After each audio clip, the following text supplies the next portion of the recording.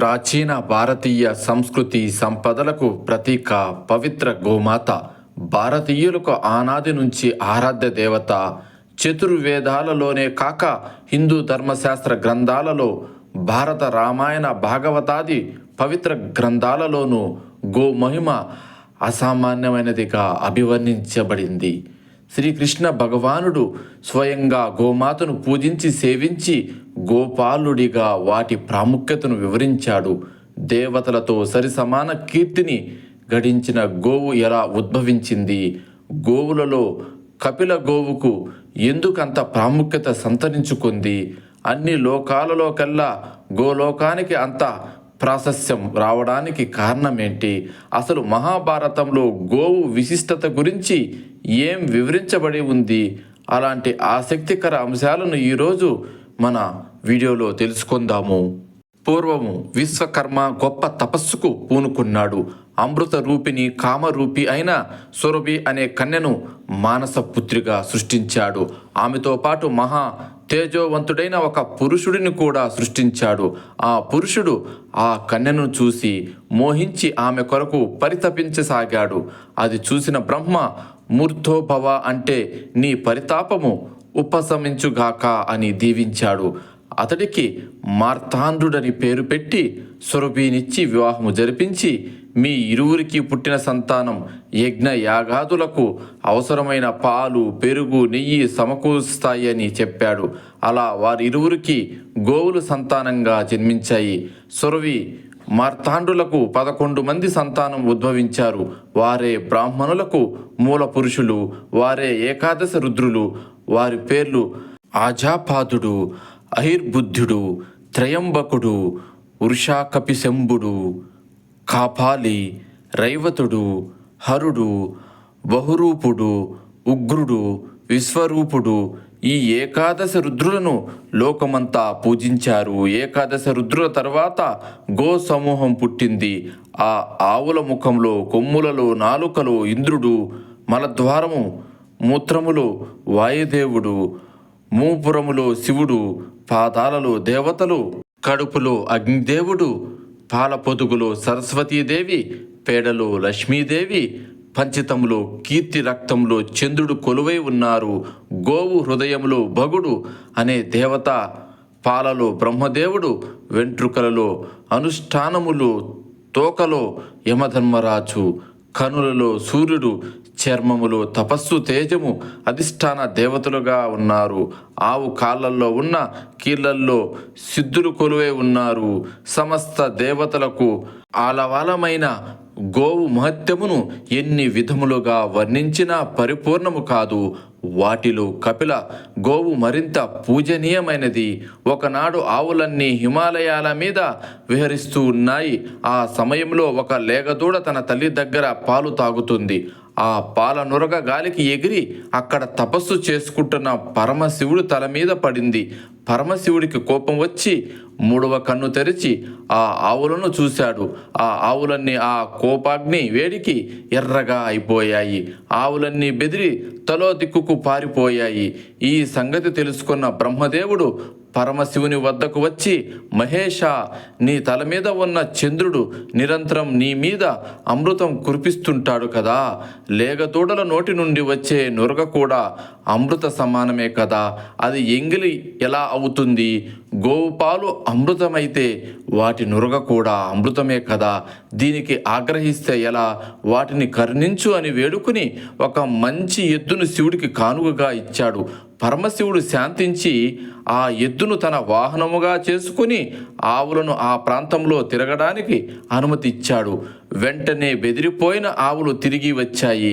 అప్పుడు శివుడు, బ్రహ్మదేవా, ఈ గోవులన్నీ నా మూడవ కంటి చూపుతో ఎర్రగా అయిపోయాయి. ఇప్పటి నుండి ఇవి అతి శ్రేష్టమైనవిగా భావించబడతాయి అని పరమేశ్వరుడు వరం ఇచ్చాడు. సాధారణంగా కపిల గోవులకు చెవులు, ముక్కు, కళ్ళు, కొమ్ములు కపిల వర్ణంలో ఉంటాయి. అలా కాక ఏ ఒక్క చోట ఎర్రగా ఉన్నా చాలు, అది కపిల గోవు అని పిలువబడుతుంది. ఇక శరీరం అంతా ఎర్రగా ఉంటే ఇక దాని మహిమ చెప్పనవసరం లేదు. ఆవులు దేవతలతో సమానంగా నేటికి పూజింపబడుతూ ఉన్నాయి. గోలోకమునకు సంబంధించి ఒక కథ ఉంది. త్రిశిఖరము అనే కొండ ప్రాంతంలో భృగు వంశంలో పుట్టిన కొంతమంది మునులు ఆశ్రమాలు నిర్మించుకుని తపస్సు చేసుకునేవారు. వారిలో సుమిత్రుడు ఒకడు.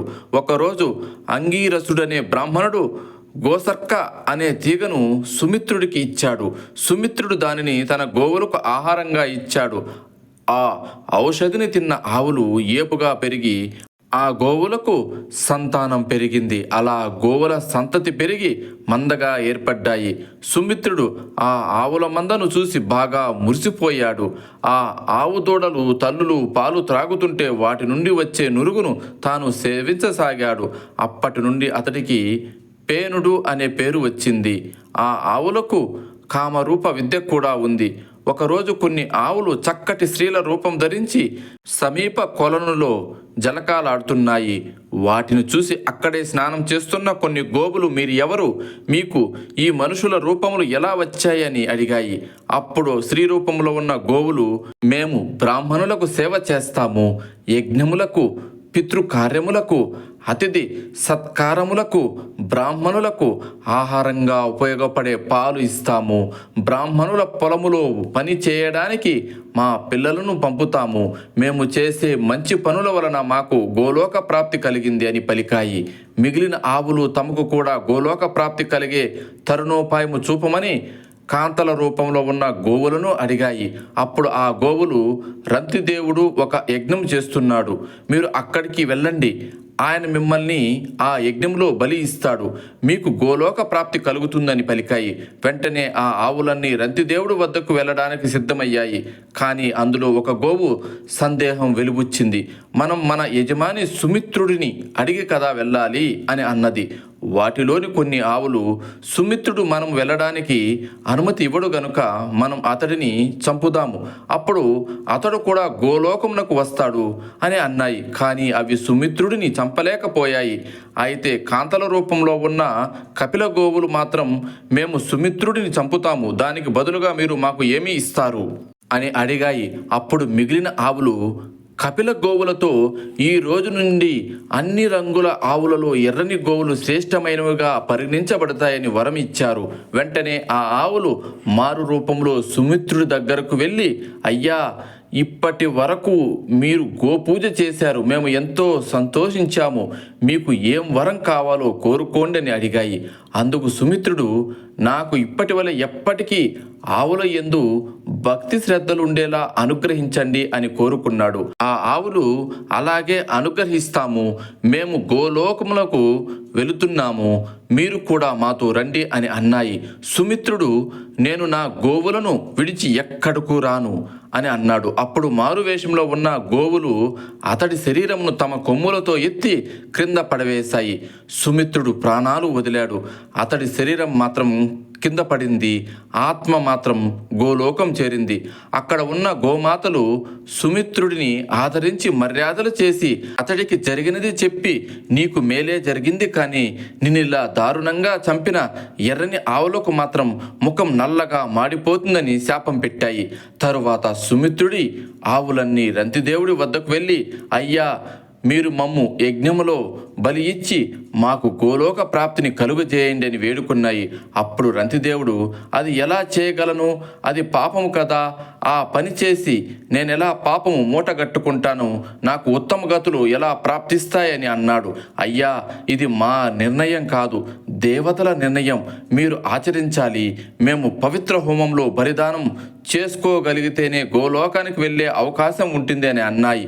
అందుకు రంతిదేవుడైతే, నాది ఒక నిబంధన, మీలో ఏ ఒక్క గోవైనా మోహ పరవశంతో బలికి అంగీకరించకపోయినా నేను యజ్ఞం ఆపివేస్తాను అని అన్నాడు. అందుకు గోవులు అంగీకరించాయి. రంతిదేవుడు గోవులను వరుసగా బలి ఇచ్చి హోమం పూర్తి చేశాడు. ఇంతలో ఒక ఆవు తన దూడతో, అయ్యో, ఈ క్రూరాత్ములు నన్ను చంపడానికి వస్తున్నారు, నేను చచ్చిపోతే నీ గతి ఏమిటి అని ఏడ్చింది. వెంటనే రంతిదేవుడు ఆ మాటలు విని యజ్ఞమును ఆపివేశాడు. అప్పటి వరకు బలి ఇచ్చిన గోవులు గోలోకమునకు వెళ్ళాయి. రంతిదేవుడు స్వర్గానికి వెళ్ళాడు. అలా మిగిలిన గోవుల సంతతి భూలోకంలోనే ఉండిపోయింది. పవిత్రమైన హోమంలో బలిదానమై గోలోకం చేరుకున్న గోవులకు బ్రహ్మవరాన్ని ప్రసాదించాడు. వాటి లోకమైన గోలోకాన్ని అన్ని లోకముల కంటే పైన ఉండేలా వరం ఇచ్చాడు. బ్రహ్మ మొట్టమొదటి సత్యలోకం కంటే పైన ఉన్న లోకమే గోలోకం.